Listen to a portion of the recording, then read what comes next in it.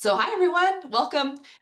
For those of you who aren't with us just yet, or maybe you're going to be joining late or couldn't make it today, I am going to record every class. I didn't publicize the class that way, because it's not a fully online class in that way. We still want it to be synchronic, but yeah, sometimes you just can't make it on a Wednesday, and that's completely fine. The risk of not joining live is only in that the week gets very busy. So you think, okay, I'm going to listen to the recording on Thursday. Dr. Miller's put it up. But then Thursday you're busy, Friday you're busy. Next thing you know, it's the next Wednesday and you missed a week because we didn't get to that yet.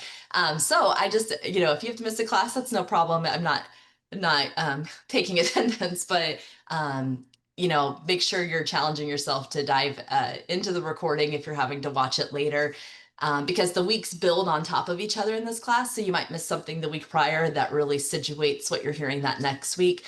And hopefully the way I'm delivering this is really enables you to kind of listen to it even if you're driving. Obviously there's visual material, but a lot of it's just lecture based. To that point, I taught this course this summer already. We had 50 faculty and staff at East Texas A&M University take this course online, over Zoom, just like you are right now. And, here and there, I would work in little moments of, hey, let's do breakout rooms, everyone share, something, relevant to the topic. But I didn't do a ton of it because I had this theory that people hated it. Not because they said anything, but the more I'm working with adults, and I guess as I identify as one, the more I'm realizing not everyone wants a forced breakout room where you have to go talk with people you don't know. So at the end of the class this summer, the same class you're taking right now, I actually surveyed all 50 faculty and staff and said, hey, do you think this needs more or less peer-on-peer interaction? And everyone, even my outgoing people, were like, less, please less. And trust me, I only did it like once, like maybe 4 times the whole time. So with that in mind, which works for me, is I like lecturing. It's kind of old school. I'm going to do that. But I also want to invite you, for whoever wants to. And there will be probably some cricket moments where I'll just open the floor up and say, hey, anybody want to share something? And we'll let it be quiet for 30 seconds if we need to. But I do want to open the floor for those who are like, hey, I have a burning thought, burning question. You are also welcome to interrupt me to ask questions. It's Zoom, so there's no there's no easy way to get attention, except maybe just unmuting, talking over me. You can try to put in the chat a question in the chat. I'll try to monitor that concurrently. So for those who want to engage verbally, that opportunity is there for you. I'm not turning that off. But the most of you, your home base is maybe just in listening, and I want you to just be able to do that as well. So hopefully it's a good balance for you. But there will not be any moments in the class where you have to talk to a stranger in a room, in a breakout room. That's what Zoom calls them, and share your feelings. Okay, we did that once. Reports came back. Please don't make us do that again. So we won't make you do that. But I'm so happy you're here. For those who don't know me, my name's Dr. Shelby Miller. I am an assistant professor of applied linguistics at the university. And linguistics, teaching language, how languages work, probably seems like a big, separate topic, or a separate topic from emotional intelligence. But what actually got me into linguistics was the study of personality and emotions and empathy. And so that's really where I started in my education, and I just took it towards linguistics. So this topic's really kind of a home base for me. And linguistics is second. I just end up working over there. I love it though. That's what kind of brings me into teaching this class for you guys. So I'm very excited about that. The other thing I will say is that no pressure to have your cameras on. I love it, and I know many of you, so seeing your faces, it doesn't hurt my feelings. But I also know sometimes you have like kids climbing over you, or you have to cook dinner at the same time. So please feel free to exist and multitask if you need to. I'm happy you're here, but I don't want to put that type of pressure on you. Yeah, and I just saw Joanne said she has a bunch of dogs, so she's muted. Welcome everyone to the class who's chiming in on the chat. So I'm recording myself. This is good. We're going to go ahead and get going here with our first week, our first time together. And welcome to Emotional Intelligence. It's the name of our course, Alum 397, I think it is. So today, we only have 8 weeks together. and we're going to dive in today with just like the surface level topic of defining what emotional intelligence is. But we want to do a little housekeeping because I know we have about 70% of the class. Let me phrase that differently. About 30% of the class are faculty and staff. So they probably work regularly with D2L or MyLeo Online and these terms. Some of you, though, the other 70%, you're alum or your community members, and maybe you haven't ever been in a course shell or haven't been in the one we use at our university in a long time. So I'm just going to show you that briefly as well so you get acclimated there. And if you're someone who's really struggling to work that stuff when class is over tonight, I'll stay on and so we can work one-on-one as well. So first, what we're going to do is call an emotional check-in. We're going to do one of those every week. I'll explain what it is in a second. We'll look at the course shell. We'll define emotional intelligence, and then I'll talk about the assignments in this course. And it might look like a lot if you're looking at the syllabus, but they're very self-led. They're very short assignments. And they're really only for the purpose of developing your emotional intelligent like mindset and vocabulary. But you're not turning in a ton of stuff. So if you look at the assignment list and you're like, man, this is an undertaking, it's really not. So I'm going to demystify some of that as well when I go over the course shell. So what I first want to do, though, is in this class, we're going to begin each session with an emotional check-in. So kind of a quick moment to pause and notice how we're feeling as we enter the class. And really, I just want to use it each week to help you get grounded, kind of build awareness and be more, I guess, present. Like, when you tell kindergartners, are you ready to learn? Being ready to learn. So we're going to do 8 of these during our time together, and all of them are actually modeled off of different existing approaches to building self-awareness. So I'm going to kind of use it to introduce to you things you can continue to practice after this class is done. So these are just common. You could do these same check-ins on a weekly basis, on a daily basis, but they're all modeled off of existing instruments or existing theories as well. So we're going to do 8 of these. Over time, what we know is that the more you do emotional check-in type of activities, the more skilled you're going to get in emotional intelligence. So not just recognizing your own emotions, but recognizing the emotions of others. So this is kind of a building block. You'll see self-awareness. That's going to be our topic next week, or I think 2 weeks. That is the foundational item of emotional intelligence. Everything else about emotional intelligence builds off of self-awareness. So all of our emotional check-ins are going to be back at this foundational idea of self-awareness. So these are basically just a way of saying, where am I emotionally right now? Not to judge, but kind of just to notice, to take time and notice. Because what we will say, I will say this multiple times, what you don't notice, you can't manage. And that probably applies to any concept, right? Money. If you don't notice your money, you're not managing your money. But emotions as well. Emotional intelligence, what you don't notice, you can't manage. So think about this sentence lead, I am. I am. And so what I want you to do is, and I'm sorry if you're on a phone, it's probably a little hard to see. What I do know you probably can see are the colors. So if you need to pick a color, that will work as well. But kind of take a moment to note mentally or, on scratch paper, whatever works for you, the word that completes the sentence based on your mood right now. It doesn't have to be a perfect identification of the mood. Emotions are very layered and they're very messy. And some of you might be like, well, I feel multiple emotions right now because when I think about work, I am in the red. When I think about my kids, I am in the green. You're all over the place. But in general, if you could answer the question right this moment, I am what? And so as you're thinking about that, I want you to also take note of the color that you're feeling. And one thing you can do if you want is you could drop the color in the chat. That's what I had people do last time and everyone enjoyed doing that. But you can drop the color in the chat. You don't need to explain anything. So keep in mind the color. But what I'm showing you right now is actually a version of what's called the mood meter, which was developed by the Yale Center for Emotional Intelligence. And when I show you our course shell, you're going to have access to this again later. So if you're, trying to take notes, or you get the whole PowerPoint, but also a link to a mood meter later.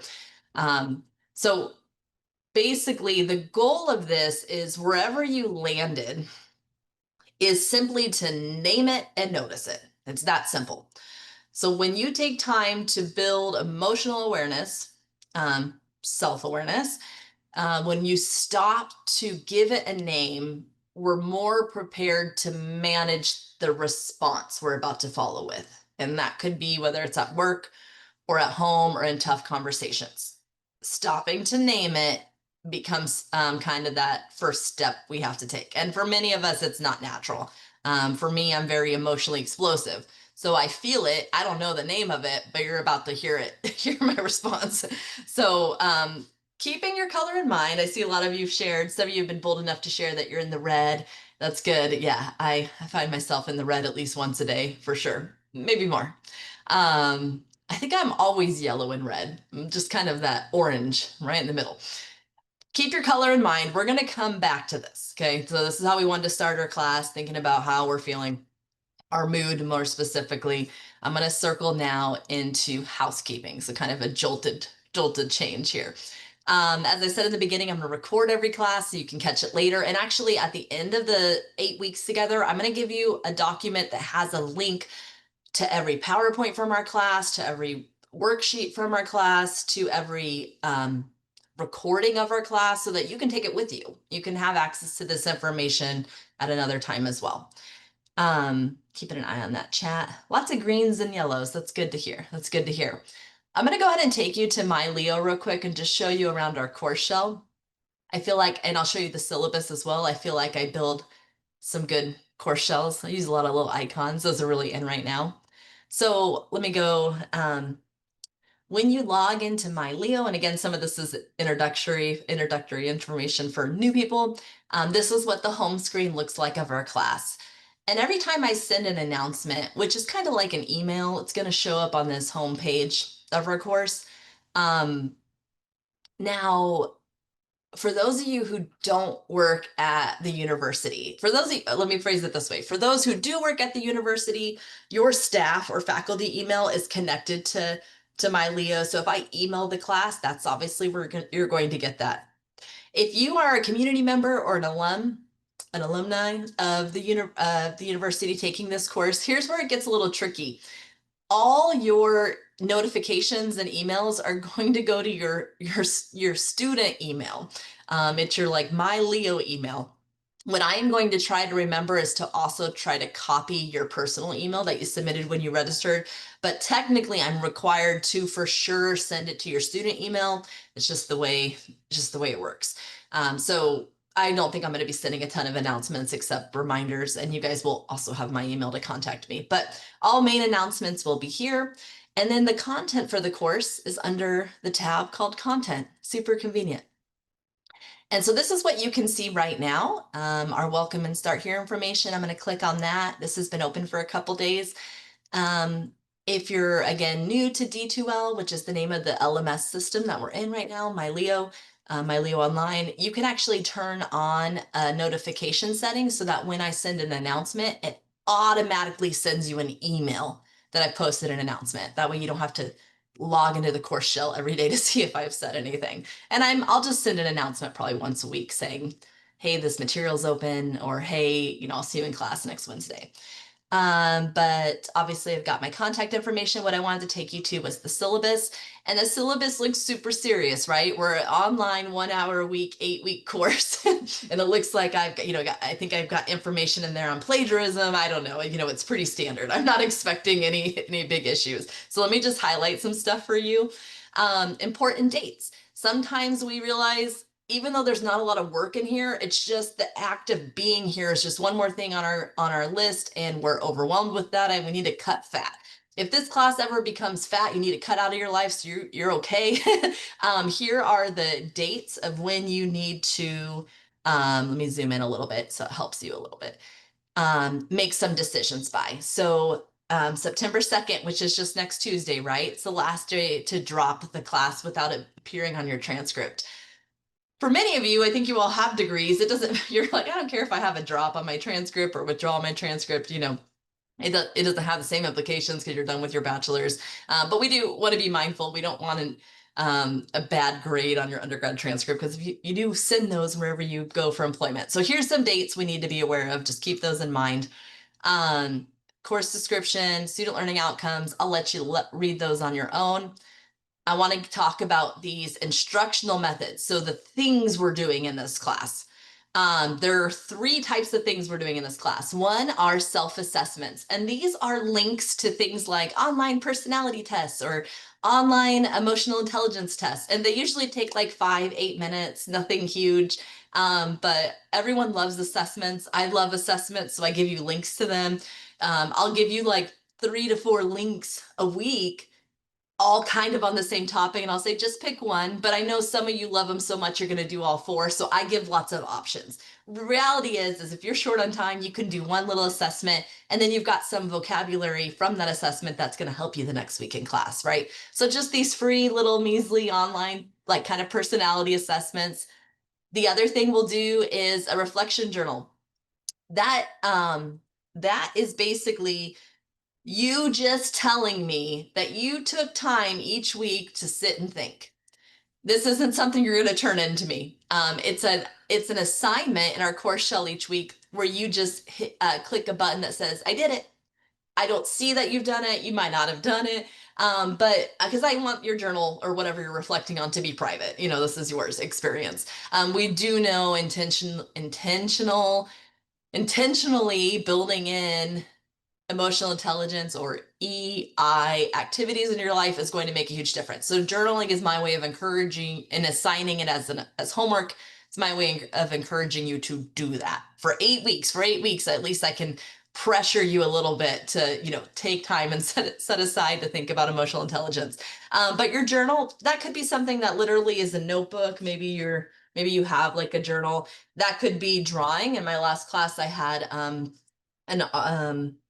art professor, and she did a whole thing visually with color theory. So it was just super creative, but that was her journal. Some of us blog, some of us just get coffee with our mentor and we talk out loud. So journal is a loose word for taking time to be intentional. If it's 5 minutes a week, that's great. I just made it an assignment so that I could show up on your radar each week in the course shell with something reminding you to do time, and all you do is mark it as done.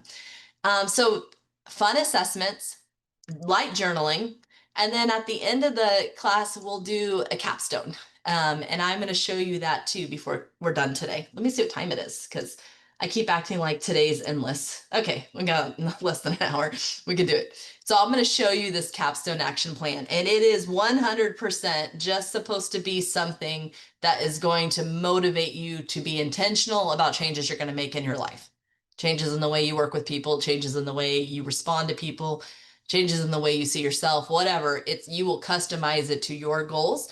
Many of you will share it directly with me because you'll want to. Some of you might have something private and you're going to give me a summary of it because I want you to feel like you can explore tough things and not have to tell me about it. But I'll show you that here at the end. Everything we're doing with this self-assessment and the personal reflection journal is basically working your way to just complete the capstone. But I'm going to open it early, the capstone. I'm going to open it today so you can, I'm not saying it's going to take an hour to do it. I think I had some students do it in 20 minutes. It's a capstone, but it doesn't mean it's like a 1-week endeavor. Okay. But I'm going to open it early. So, cause some of you are like that and you just want to know all the instructions now. So I'm going to go ahead and give you that, not because you have to start working on it now. So I just want to remind you that the class, it's not A, B, C, D, F. It's just essentially pass, fail, satisfactory, unsatisfactory. So you just have to earn 150 points out of the 250 for me to be able to give you a satisfactory. That just means like if you need to miss some stuff, you didn't journal, whatever, you've got wiggle room. This isn't there's room to not get everything done and still do well. So that's kind of the grading structure. I know a lot of people care about that. I wanted to bring that to your attention. I'm going to skip all the busy stuff, which you can read on your own. Sorry if you're getting a seizure moving that fast. And this is just kind of what the week looks like, right? I'm just going to go ahead and say every journal or assessments due on Tuesdays because we meet on Wednesdays. And I'll explain this all as we're going. Jessica said that would be me. Yeah, wanting all the instructions. And I feel like I gave very good instructions, but you know what? We're going to talk about personality next week. I am so not the structured person that when I give instructions, I'm like, okay, these are good. Like Jessica's going to love these. They're so organized and detailed. You'll even come back with, it's missing all this information that I need. And I'm like, I don't see it. So some of you will love that. Some of you will be like, I need more details, and that's fine. Yeah, so next week we're going to talk about personality and jump into self-awareness. And that's kind of what we look like. I'm going to go back to our course shell real quick. And we're on week 1. I went ahead and opened it for you. And this is how every week works. When you click on the week that we're on, I give an overview, like what we're going to talk about, everything that's in the shell, everything that's in that week. So there's a tab that says week 1 resources. There's a tab that says week 1 emotional intelligence assessments, so that, if you notice, actually matches the content on the left. And then the assignments and when they're due. Week 1 looks really busy, but there's just 2 assessments that you can take. It's not, and in a journal. It's really not going to be a ton of time, but it looks like 3 assignments. So I wanted to show you that. When you go to week 1 resources, you're already, that emotional check-in we did earlier, I gave you a link to that. I'm going to talk about some apps soon. So anything relevant, the PowerPoint, the recording of today, it's all going to be under resources. And that's what that's going to look like. Now, the other thing you should have access to, let me exit this view real quick, and then we're going to get back to the PowerPoint, is I wanted you to see,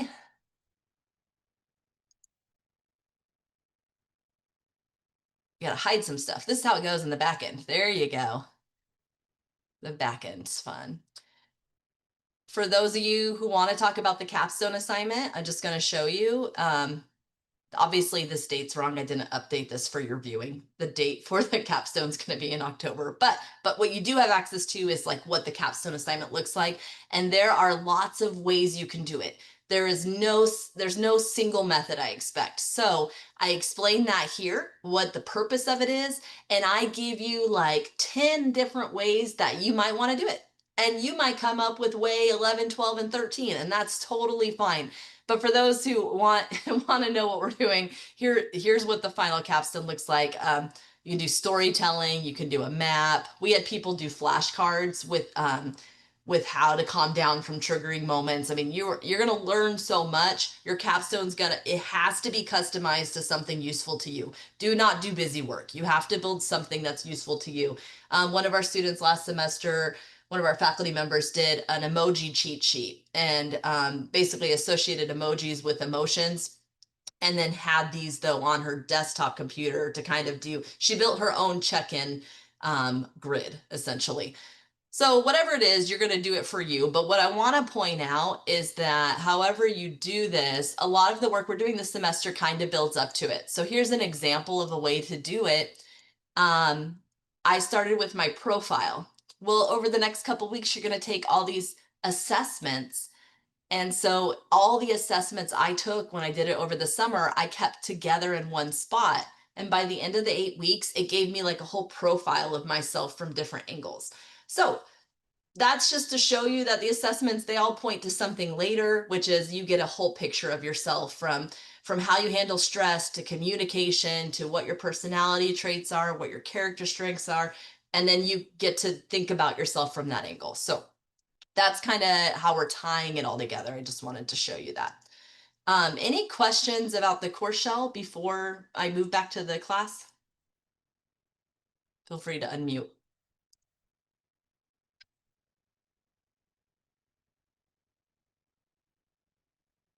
Is that a cat or a dog, Brittany? I missed it. Looks like cat On the hair. beach. This is the cat. This is the dog. Oh, the dog looks like a pillow. Yes. Okay, we're gonna move on then. I'm back on the PowerPoint. And let's come back to what the class is about. So a few minutes ago, you picked a word or you picked a color, and I told you to keep that color in mind.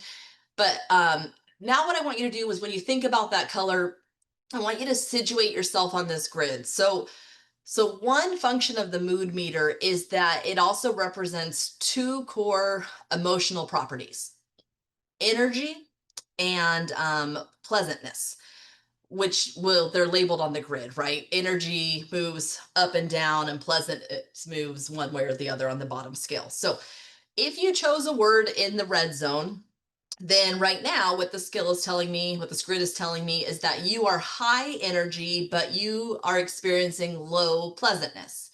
If you chose a word in the yellow, you are also high energy, but conversely, you're experiencing high pleasantness.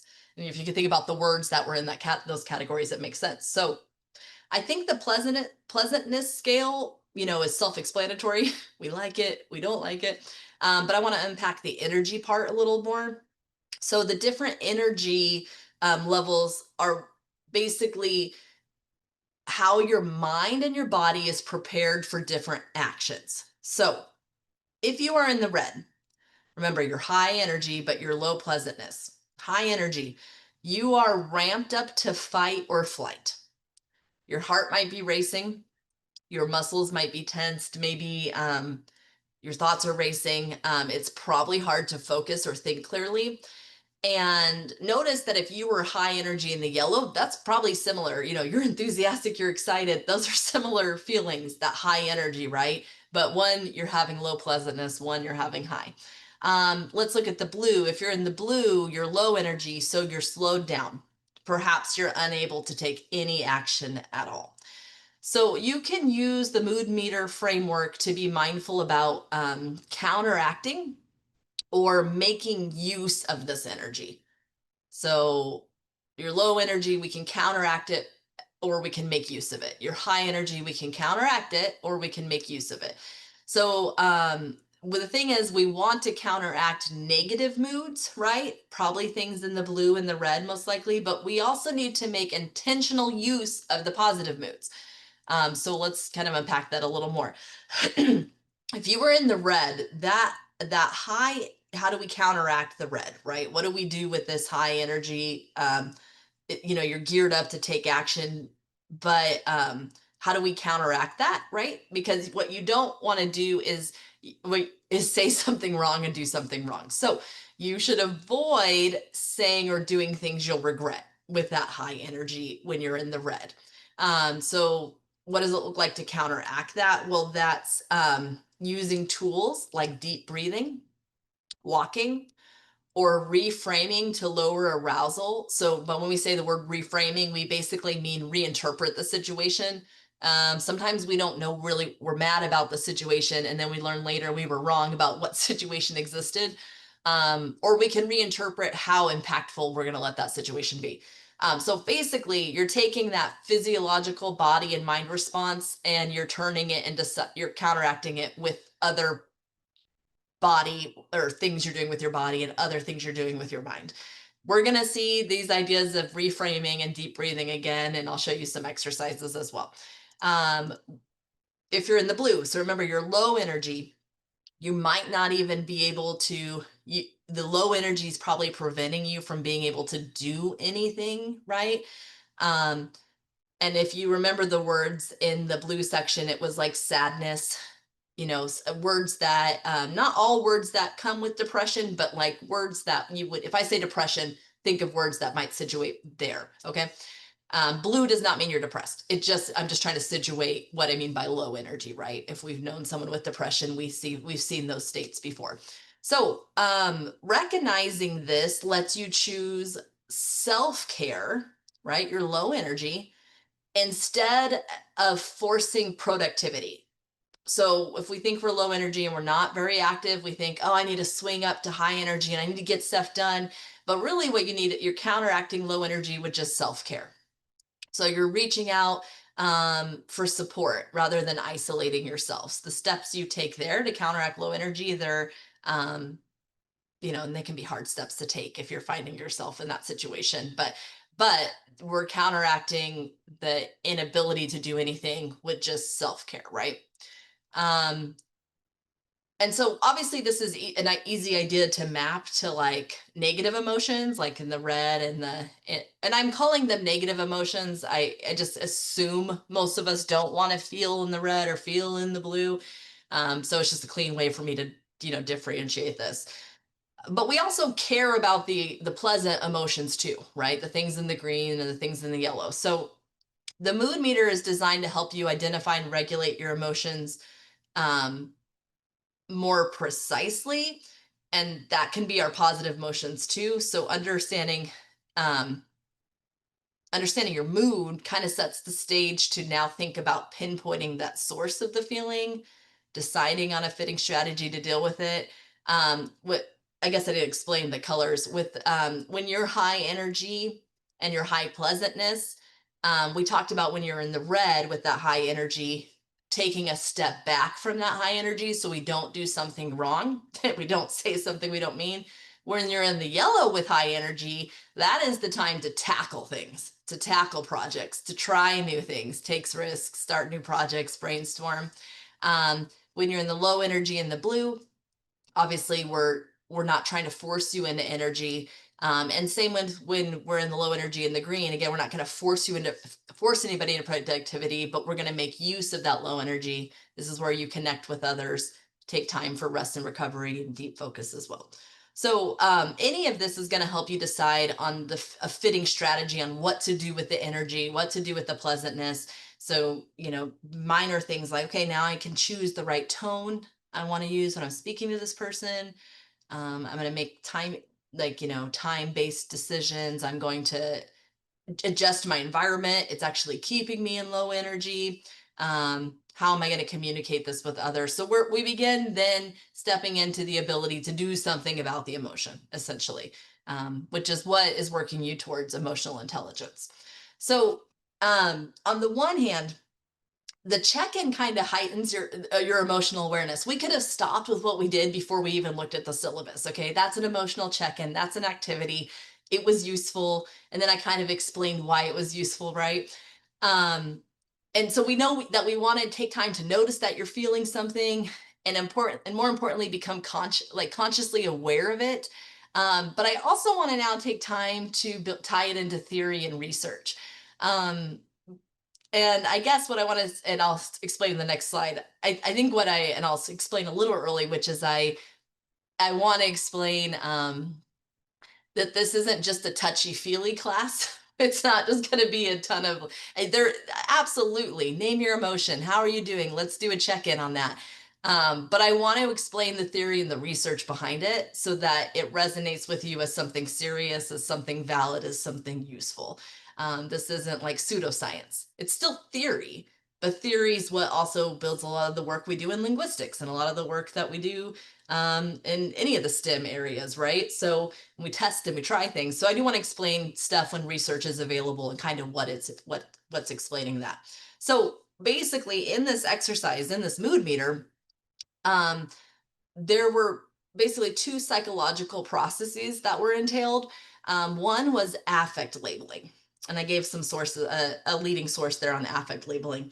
And this is where a person identifies and verbally labels their emotional state. And we know from the research, Lieberman and others, that when you take time to identify and label your emotional state, your brain actually reacts to this process and starts to cool down that potential emotional response you're about to give. So, maybe the best context to think about this is in a moment where you're angry, and many of us teeter into like outrage or verbally, I get angry and I'm going to go at it. I'm not passive enough to just leave the situation. I'm going to fight a little bit. So this lets you think about how when you build in this step of thinking through what is your feeling and why. We didn't really explore the why. We're going to look at that in some other future weeks. It's going to change your control over that emotional response. The other process going on here is emotional granularity. And this is the ability to accurately and specifically identify and differentiate between emotions. So this is the difference between I feel bad compared to the difference with I feel frustrated, I feel overwhelmed, I feel disappointed. These are all, if you remember, they're all like blue words, right? But they're very different emotions.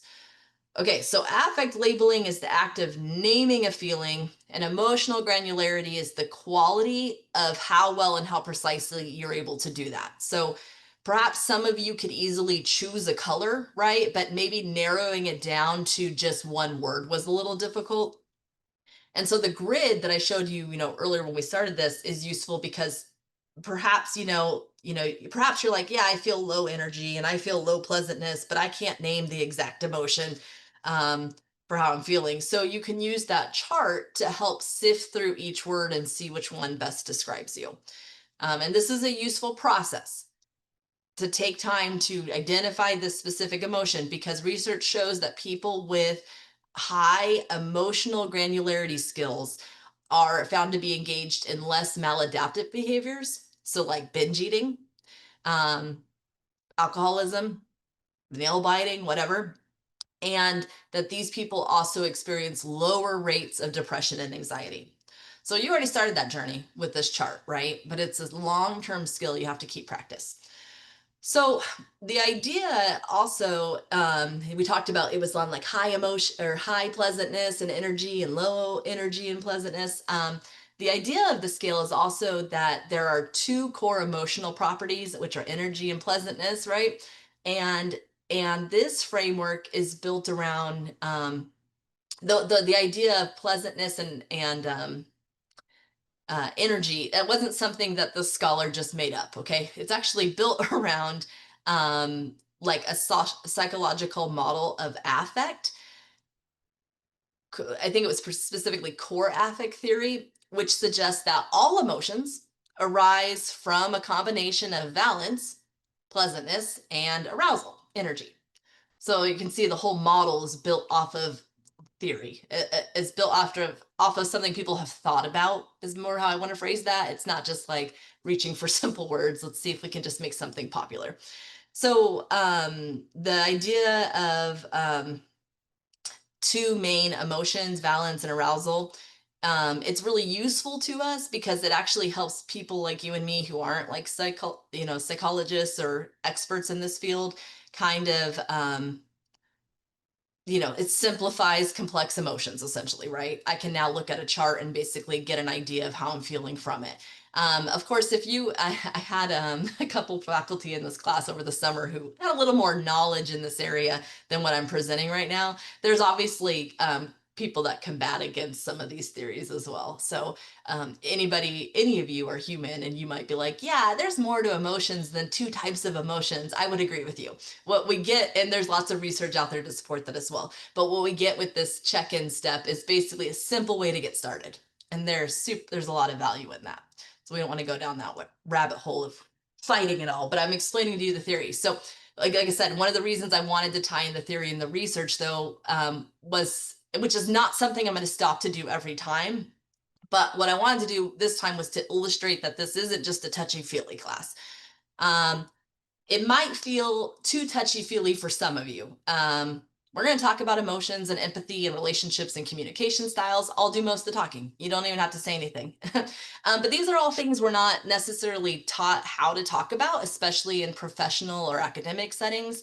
And for some of you, that's going to feel really natural. That's just how you operate. You operate, you know, and emotional intelligence is where you operate in your relationships, right? You're comfortable with that. For others, it might be unfamiliar, it might be a little awkward, uncomfortable, and that's okay too. So the thing is it's not just a feelings class. There's solid research and there's solid theory behind what we're doing. Emotional intelligence includes emotion, yes, but it's not about being overly emotional or dramatic. I would say it's the opposite of that in many regards. It's about learning how to understand yourself, but also understand and navigate and manage emotions, your own and of other people, right? So if you are, well, especially like if you're in tense situations or uncertain situations, complicated situations, this is where this comes to play. I didn't do a check-in on the various reasons people are taking this class, but obviously if you work in a professional setting, you're working with other adults who maybe it's them that you're having to find an emotional balance with. Some of you, I think, are teachers, and it's more about it's about or I know Jennifer here is going to be working with children down the road who've dealt with trauma, and we're going to talk about trauma and its impact on this throughout the semester. Um, how do we teach it to children? Because you're going to learn a lot of how I help other people control their emotions is modeling it. So you got to have a grasp on it. So this class hopefully will make you better at being you more, so you're more enjoyed by others in that way, or have better relationships with others, but also hopefully it's helping you manage in your workplaces or manage your professional career if you're working with children or victims or whatever it is. There's a way to use this information to guide others as well. So I was also thinking, like, if you're someone who's like very emotionally steady, maybe like highly analytical, maybe you don't really do the feelings thing. This course is still really for you, because we have to, I guess it's not just for people who are feeling, it's for people who are leaders, kind of like I was saying earlier. It's for people who are mentors, it's for teammates, it's for managers, it's for teachers, friends, partners. If you interact with people on human beings ever, this course will fit appropriately for you. And so what we're going to find is this balance between some of us are very emotionally expressive. I'm not going to open the floor so we can all like cry. It's not that goal. Some of us are just very emotionally expressive, so we have a home base here, and what we're trying to do is manage those emotions so we're emotionally stable. Some of us are very emotionally stable, and what we actually need to do is find a way to express our emotions. So it's for both sides of the continuum here. Because being calm in a storm is definitely a strength, but you have to use EI to help bring others through that storm. And when I say EI, I mean emotional intelligence. So, um, yeah, I think I said everything. Oh, emotional blind spots. I didn't really talk about that, but yeah, everyone's got emotional blind spots. You're going to see how deep this theory goes, and you're going to go, oh, I thought I was really good at this, but now I'm seeing that this component, nope, never thought of it. That's where my problems are, whatever it is, but everyone's got emotional blind spots. Um, so just really quick, to introduce the definition of emotional intelligence, it's the capacity to be aware of, right? Self-awareness, control, so manage, and express one's emotions, and to handle interpersonal relationships judiciously and empathetically. And I love those last two words, judiciously and empathetically, because for some of us, it's a matter of, maybe we're highly empathetic. So our balance again is swinging back to being more judicial, balancing logic and fairness, right? Thinking about consequences, wise decisions rather than the emotional lead. For other of us, we're very judicial, and it's leaning towards that empathetic side, right? So for some of us, it's like a matter of thinking things through, where for other of us, it may be a matter of applying emotional thinking. And I love that that's built into the definition, which again kind of reinforces wherever you're meeting me at, you'll pull something from this. Couple of just some terminology things. You'll see if you were to go down the rabbit hole of this and like get literature and stuff online. There's a lot of great books out there. You're going to see that something called EI and EQ. EI stands for emotional intelligence. EQ stands for emotional quotient. It's all the same theory. For our purposes in our class, let's just use EI. That's what I'm talking about. So EQ is like when you take even some of the assessments for this week, your emotional intelligence assessments, it gives you an emotional intelligence score that we would call an EQ, your emotional quotient. So it's basically the assessment result you get. So if you go online to look anything up and you're like, hey, what's the difference between EI and EQ? EI is what we're doing with the theory and discussing it. It's EI is what you're growing and what you're learning about. EQ is like the assessment result. So I just wanted to balance that terminology. Goleman, we're going to talk about him a lot because he's kind of the grandfather of this. He has basically four more main domains that build up to emotional intelligence. This is where we're going to spend our time the next 7 weeks. Self-awareness, self-management, social awareness, and relationship management. If you look at the syllabus, it's all built on this framework. It all builds on each other. Self-awareness is the foundation. Next is self-management. And without those two things, we're not going to have good relationships. We're not going to have good social awareness. So it all works together. What time are we at now? Nice. We're doing good. So I think these kind of are self-defining, but self-awareness, this is recognizing your own emotions. Self-management is managing what you do with those. So how are others experiencing you? On the one hand, you need to know that your emotion, what the feeling is and why and what triggered that. That self-awareness and self-management is how are people seeing it come out in you? What are you doing about it? Are you calm? Are we balanced? Are we overreacting? All those things that people are observing about us. Social awareness, this is where we focus on understanding the emotions of others. It includes empathy. That is a huge component of it.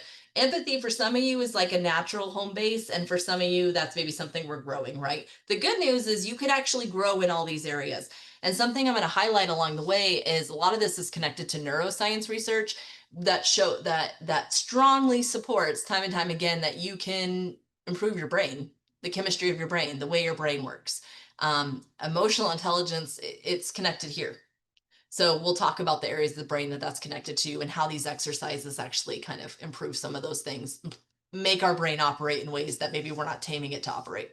And then last is relationship management. How do we handle interpersonal interactions, conflict, teamwork? How are we showing up as leaders?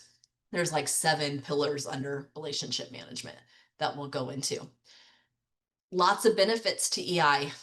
I could go into quite a few. We've got, improved self-awareness. So recognizing your own triggers, your own patterns, leading to better decision making, leading to personal growth, better self-regulation. So how are you managing stress? How are you controlling impulses? How are you adapting to change? All things you can do. Oftentimes we're falling short in one, right? How are we reducing emotional reactivity and improving our focus? All of that falls under self-regulation, self-management. Stronger relationships, right? Better communication, more empathy, better conflict resolution skills, building trust, getting support, building rapport with in your personal life and in your professional settings. And I'm kind of rattling these off, but this is when they study emotional intelligence, this is what they're seeing the outcomes are, right? Enhanced social skills, obviously necessary for teamwork, for leadership, navigating group dynamics. Social skills are going to help you also help others cope with their own emotions, right? Academic and workplace success. So we do know that individuals with higher emotional intelligence are more motivated, more productive, more resilient, more engaged, more likely to stay at their job.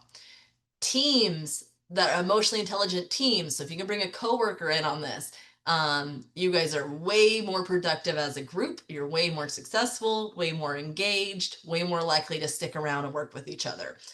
So we're seeing a lot of impact in the academic, in the workplace setting. I say academic because a lot of us work at the institution, right? So emotional intelligence, by the way, is a better predictor of career success than IQ, your intellectual intelligence, IQ. I don't know what intellectual quotient. What does IQ mean? Actually, you just say the word and you know what it means. What does it mean? Intellect. What is IQ? This is how I teach, by the way. Yeah, intelligence quotient. Huh. Deduction. There you go. Because you didn't know. Anyways, emotional intelligence, EQ, or emotional quotient, is a big indicator of your your career success, more so than IQ in most careers. Obviously, IQ is essential in some things. Like I can be an emotionally intelligent professor all I want, but if I'm not publishing, we're gonna have some issues. So yeah, but it's super important to, career longevity and moving up and all those things. Greater well-being, next item. So lower levels of anxiety, less depression, less burnout, more positive mindset, more self-compassion, more optimism. These are all things that get built into your life. And for some of you, I hope it's somewhat life-changing this semester as you think about these things or as you grow this way, because some of you, the hardest part for you is liking yourself, being gracious to yourself, showing compassion to yourself. So next week when we're at self-awareness, that's where you're going to be like, whoa, I'm falling behind. I'm behind on this from stage one, right? So we've got, effective leadership. Obviously, emotionally intelligent leaders make a huge difference in how we want to follow them, want to listen to them, but also increased resilience. And we'll talk about resilience and grit and those cool terms as we're going, especially when we get to self-management. But the ability to bounce back from setbacks. How do we survive challenges? And that's a huge component. Some of the faculty and staff that took the class with me this summer, they were going through some tough things. One had recently buried a child. Another person had been through a divorce recently. Their child was seriously injured in a car accident. So we had another had lost their parents. Another was having a career identity crisis. What do I want to do? There's a lot going on. I'm guessing even in the lives of those here right now. I'm hoping this stuff speaks to that for you to be able to be resilient with it, to plow forward in the most productive way possible. Something else we'll kind of explore as we're going through the slides, yeah, as the slides and also the course is kind of what leads to low emotional intelligence. Like, why do some of us have really poor skills in this area? And maybe you're thinking of yourself, but maybe you're also thinking of a coworker or a specific someone. You're like, yeah, they're low in emotional intelligence. So you're gonna be thinking about them. Obviously, there's quite a bit that can contribute to low emotional intelligence. I will say, I don't want to spend too much time on this because you'll actually see a lot of this again as we're going through the 4 domains, but our upbringing, big one. Were you raised in a house where emotions were validated and talked about, or were you raised in a house where it's like, that wasn't really the open floor for it, right? I was a very emotional middle schooler and high schooler, like just tears all the time. And but my dad raised me, and I'm fine now. Okay, I'm okay. No resentment to dad, but no, he never once went, "Are you okay?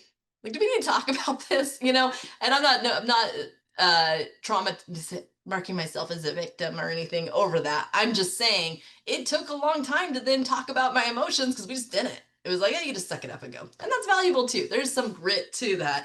But your upbringing, were emotions dismissed? Were they ignored? Were they punished? Right? Not talked about. You got to develop an emotional vocabulary. So, it makes a difference in how, and regulation strategies, how you handle that emotion. It's all, it starts in our upbringing.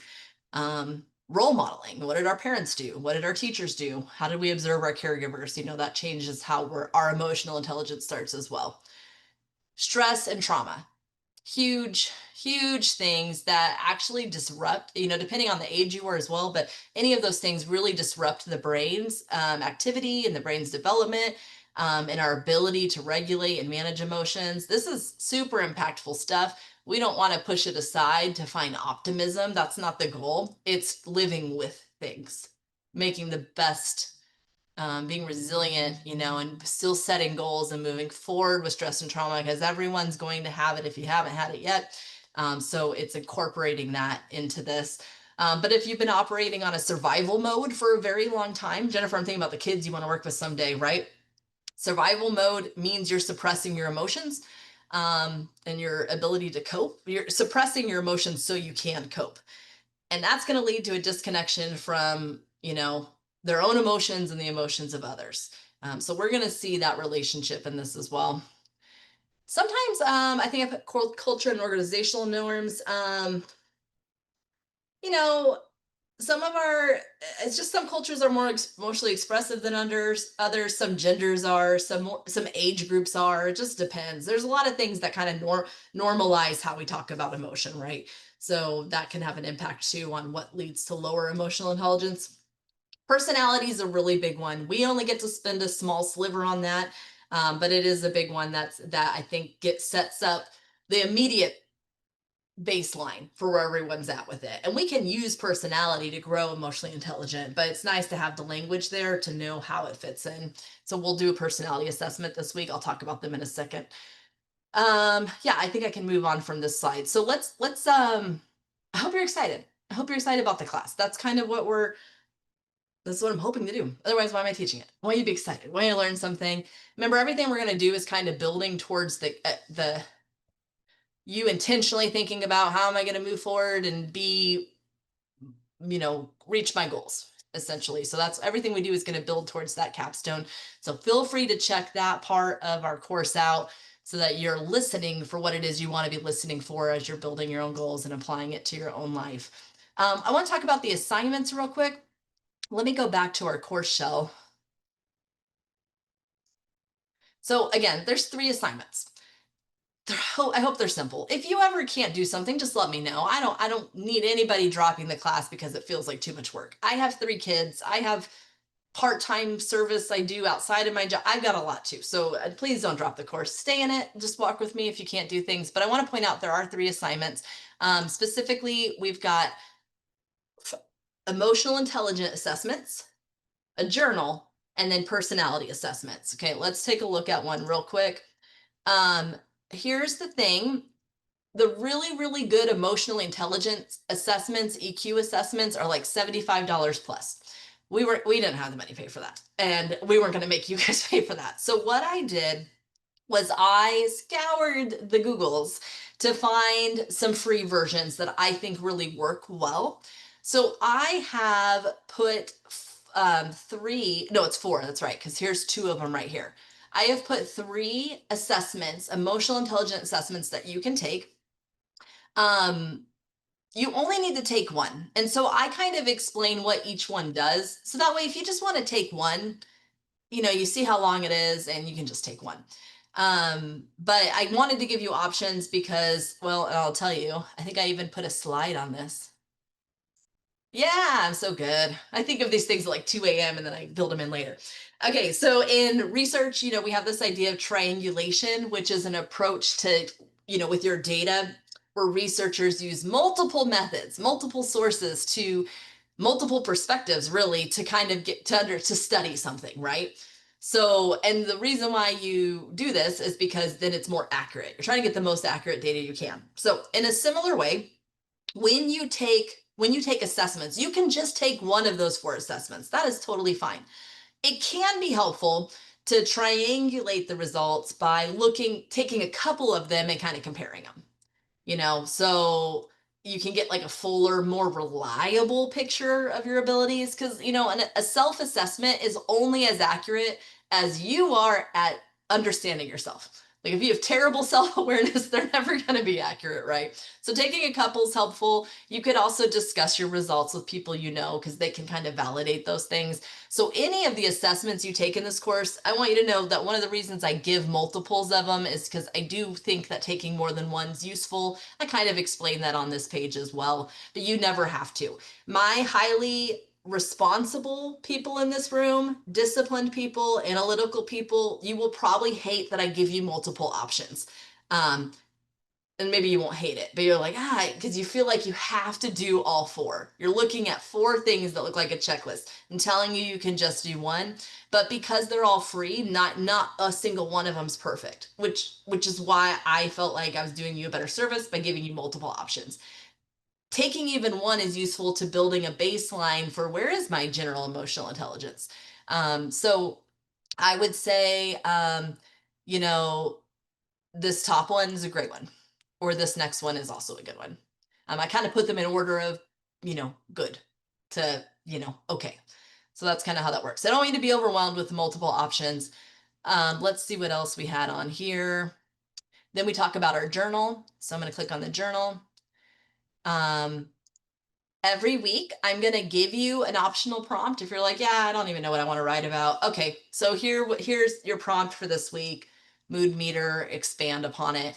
But you can do whatever you want. If anything today triggered a different idea, go run with that. But I will always give you an optional prompt that you can, use as kind of your guide. Let me see if look on the bottom left here. Here we go. when you want to submit the assignment, you just hit mark as complete. That's easy for the journal. That's all you're going to do with that.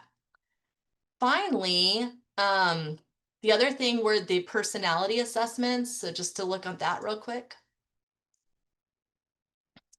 Really nice one. VI character strengths, free, 90 questions, takes a little bit of time, 15 minutes about. I'm going to work in that vocabulary a lot. We also have the 16 personalities, again, free, takes like 8 to 10 minutes. Personality assessment is like my thing. I'm obsessed with this. So in my mind, I'm like, take all of them. Another one that I'm offering to you that you do not have to take is called Clifton Strengths. I really wish the whole class could be built on this, because this is really, there's a lot of research on where this assessment meets emotional intelligence. But it is paid. I just get a discount because I'm a certified coach. So if you are interested in this, I listed the prices and that information. You're welcome to contact me and buy a code. And I'm not making money on you. I'm selling it to you at the rate I buy it at. Yeah, we've had some people take Clifton Strengths. I see it in the comments, and I know some of you have. So what I'm going to do each week is try to build in language around the 3 of these. We can't spend forever on personality in here, because we will just never get done in 8 weeks. That's the reality. But this is a foundational component to those next. Oh, okay, great. Yeah, if you've done Clifton Strengths, when you share your results with me, when you submit this assignment, yeah, tell me your talents. I'd love to hear that, because I want to kind of customize some of the things I'm saying based off the patterns and the things you guys are telling me as well. Okay, so lastly, that mood meter you completed at the beginning, they actually developed it into an app called How We Feel. I haven't used it. Several people from the summer have since installed it, and they said they've used it every day. Basically, it's going to work. I haven't been in the app, but I was told it's going to help you manage. You do a regular emotion identification, so that emotional granularity identification, right? It walks you through activities and things on managing how to not be so responsive to triggers and a variety of things. It's a free app. Some of the students have told me it's great. Another one that I was introduced to by a student last semester, she did her capstone on this, was Finch. This is what I've been using. I wish I could share it. Actually, dang it, I should have gave you guys my invite code, because then I could have grown my bird. If you like gaming, like gamification, things to be more fun, Finch is awesome, because you build like that's not gonna work. You have a bird. Gigapets. Any millennials in here? Remember Gigapets? Okay, it's like a gigapet. You have to do your goals to keep it alive. I don't think it actually dies, but oh yeah, Brittany. Oh yeah, your daughter has Finch. Yeah, I'm loving it. I do it with Dr. Reeves and Marcom. So if you join it, let me know. I'll put my join code on later, because I think if you guys join and add me, I get to grow a bird, another micro pet or something. Anyways, I would suggest though, download one of these and just give it a go as we're going. They really do kind of build in micro discipline moments to be thinking about emotions. And I say emotions, but like emotional intelligence, regularity, take self-care. Any of these are really good. I would check those out. So if you're overwhelmed with all the things we talked about, I just want to say these 3 assignments are where you're starting, just right here. Let me know if it's too much. If you need to adapt into the class, I'd rather just have you here for the lectures than you stress over any of this. The assessments are nice though, because they help bring you in, make the content more, apply to life essentially. So that is where we are at. I'm going to go over here, and if you go to week 1 resources, I actually provide the link to those 2 apps there as well. So if there's any resource I can provide you, I'm going to build it in here. All right, I'm going to stop sharing. I'm going to open the floor for questions. It's 7:35. If you need to take off, feel free. Feel free to do that. I'm going to stick around for questions, but I hope you're excited to be in the class. I'm happy to have you, and that wraps day 1.